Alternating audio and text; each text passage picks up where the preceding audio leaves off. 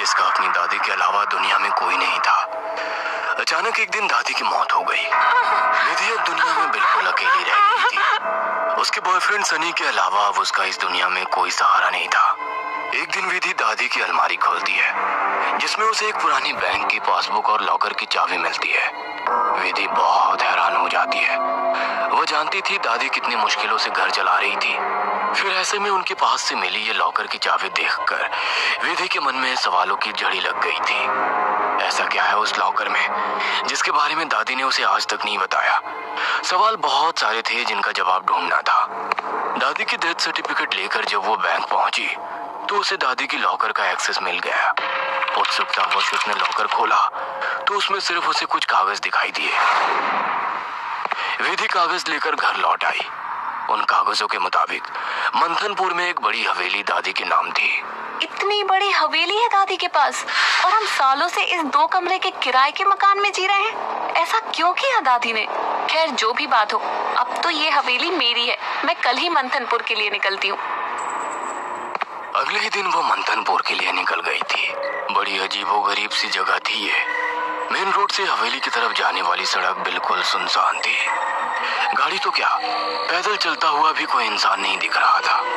सड़क पर गहरा सन्नाटा पसरा हुआ था। सड़क के दोनों तरफ घने ऊंचे पेड़ लगे थे। इतने पेड़ पौधे होने पर भी वहां किसी भी पक्षी का कलरव नहीं था। कोई जानवर नहीं। धीरे धीरे अंधेरा हो रहा था। सड़क किनारे लगे घने पेड़ अब जंगल की तरह दिखाई पड़ रहे थे। सड़क पर फैली खामोशी अब विधि को डरा रही थी। कुछ ही देर में वो पैदल चलते हुए हवेली तक पहुंच गई थी। हवेली काफी पुरानी दिखाई पड़ रही थी। ऐसा लगता था कि सालों से वहां किसी ने पैर ही नहीं रखा। हवेली के 500 मीटर के दायरे में गिने चुने ही मकान थे और जो थे वो भी खाली पड़े हुए थे। विधि के मन में कुछ अजीब सी उथल पुथल मची हुई थी। मेन गेट खोलकर वो हवेली के अंदर पहुंच गई। अंदर का नजारा देखकर वो दंग रह गई थी। पूरी हवेली जगमगा रही थी। अंदर महंगे फर्नीचर और सजावटी सामान देखकर विधि का मुंह खोला का खोला रह गया था। अरे वाह, ये हवेली तो बहुत वेल मेंटेन्ड है। लगता है यहाँ जरूर कोई रहता है। हेलो, कोई है? कोई है यहाँ? विधि पूरी हवेली में घूमकर वहां रहने वाले व्यक्ति को ढूंढ रही थी। ढूंढते ढूंढते वो हवेली के अंदर आकर देखने लगती है। तभी एक बूढ़ी औरत ना जाने कहां से विधि के सामने आ जाती है। बूढ़ी के चेहरे पर गहरी झुर्रियां थी और कमर झुकी हुई थी। काला लफादा पहने, आधा मुंह पल्लू में छिपाए। वो औरत बेहद डरावनी लग रही थी। आउच, डरा दिया आपने। क्यों आई हो यहाँ? लौट जाओ। मैं कहीं नहीं जाने वाली। ये मेरी हवेली है। बाय द वे, आप कौन? यहाँ कोई नहीं रह सकता। शैतान रहता है यहाँ। लौट जाओ। शैतान? Very funny. अच्छा, तो हवेली हड़पने के लिए ये स्टोरी बनाई है आपने? विधि कुछ कहने वाली होती है तभी वो देखती है कि बूढ़ी औरत हवेली की ओर देखकर कुछ सकपक आ गई है और अपना चेहरा ढकते हुए वो अचानक ही अंधेरे में कहीं गायब हो जाती है। बड़ी अजीब औरत थी। कुछ स्ट्रेंज ही जगह है। विधि हवेली के अंदर आ जाती है और अपना फोन निकालकर सनी को कॉल लगाती है। हेलो सनी, तुम विश्वास नहीं करोगे, ये हवेली तो हमारी सोच से भी ज्यादा खूबसूरत है। तुम बस जल्दी यहाँ आ जाओ। हाँ, मैं आज रात को ही निकलता हूँ। सुबह मिलते हैं, बाय। अगले दिन सुबह सनी भी हवेली पहुँच गया था। अरे यार, कहाँ फंसा दिया विधि ने। अंदर जाने तक का रास्ता नहीं है। हर तरफ झाड़ियाँ, पेड़ पौधे। ऊपर से मुझे कहा कि मेरी सोच से भी ज्यादा खूबसूरत है हवेली माय फुट। सनी बड़बड़ाता हुआ मेन गेट से अंदर जा रहा था। बाहर का कंपाउंड क्रॉस करने के बाद अब वो दरवाजे के सामने था। उसके नॉक करने से पहले ही दरवाजा खुद ब खुद खुल गया। सनी हैरान रह गया था।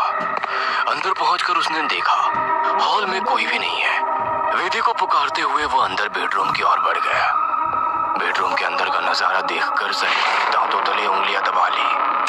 विधि अंदर बेड पर बैठी हुई थी। उसके लंबे बाल खुले हुए थे और उसके चेहरे को ढके हुए थे। बालों के बीच से उसकी लाल खून आंखें दिखाई पड़ रही थी। दोनों हाथ और पैरों की मदद से वो बेड पर ऐसे बैठी हुई थी मानो कोई जानवर हो। उसकी खूबसूरती गुलाबी त्वचा जगह जगह से कटी थी और सफेद पड़ गई थी। विधि को देखकर सनी जोर से चिल्लाया, विधि, ये क्या हो गया तुम्हें? सनी की बात सुनकर विधि ने डरावने अंदाज में गर्दन टेढ़ी की। अब उसके चेहरे पर से कुछ बाल हट गए थे। वह भयानक आवाज के साथ हंसने लगी। उसके मुंह से किसी जानवर की तरह लार गिर रही थी। अचानक ही वह पूरी ताकत से चिल्लाई। विधि के बाल हवा में उड़ रहे थे और चेहरा चीखते हुए और भी भयानक होता जा रहा था। काले दांत और सफेद पड़ चुकी आंखें आकार में बड़ी होती जा रही थी। सनी के अंदर और देख पाने की ताकत नहीं बची थी। अपनी पूरी ताकत लगाकर वो कमरे से बाहर की तरफ भागा। बाहर हवेली के दरवाजे तक पहुंचा ही था कि विधि की दर्द से भरी आवाज सुनाई पड़ी। सनी, मुझे छोड़कर मत जाओ, मुझे बचा लो। सनी, ये मुझे नहीं छोड़ेगा। बहुत दर्द हो रहा है, बहुत दर्द हो रहा है। विधि जोर जोर से रो रही थी और सनी को रोकने के लिए बोल रही थी। विधि की ऐसी दर्द भरी आवाज सुनकर सनी तड़प उठा और दौड़कर उसके कमरे की तरफ वापस आ गया। ये सब क्या हो गया विधि? ये सब क्या हो गया? मैं क्या करूं, बोलो। बहुत भूख लगी है, तेरा खून पीना है। इतना कहकर विधि अजीब तरीके से मुस्कुराने लगती है और अपने हाथों और पैरों की मदद से जमीन पर रेंगते हुए सनी की ओर बढ़ती है। सनी बिजली सी तेजी दिखाकर कमरे से बाहर निकल आता है और कमरे का दरवाजा बाहर से बंद कर देता है। सनी की कुछ समझ नहीं आ रहा था। वो विधि की मदद करना चाहता था। उसे ऐसी हालत में छोड़ना उसे मौत के मुंह में धकेलने जैसा था। वो बाहर जाकर मदद मांगने का निर्णय लेता है और तुरंत बाहर निकल आता है। हवेली के अंदर दूर दूर तक केवल सन्नाटा छाया हुआ था। अंदर से रह रहकर विधि की दर्द भरी चीखें सुनाई दे रही थी। मदद की उम्मीद में सनी दौड़ते हुए आगे भागे जा रहा था। तभी उसकी नजर एक चर्च पर पड़ी। चर्च काफी जर्जर हालत में था। सनी इधर उधर देखता हुआ अंदर पहुंच गया। दोनों हाथ आपस में बांधकर वो फूट फूट कर रो रहा था। Please God help me, please. कहाँ जाऊं मैं? किससे मदद मांगू? प्लीज। कोई प्रॉब्लम है क्या? मुझे बता सकते हो?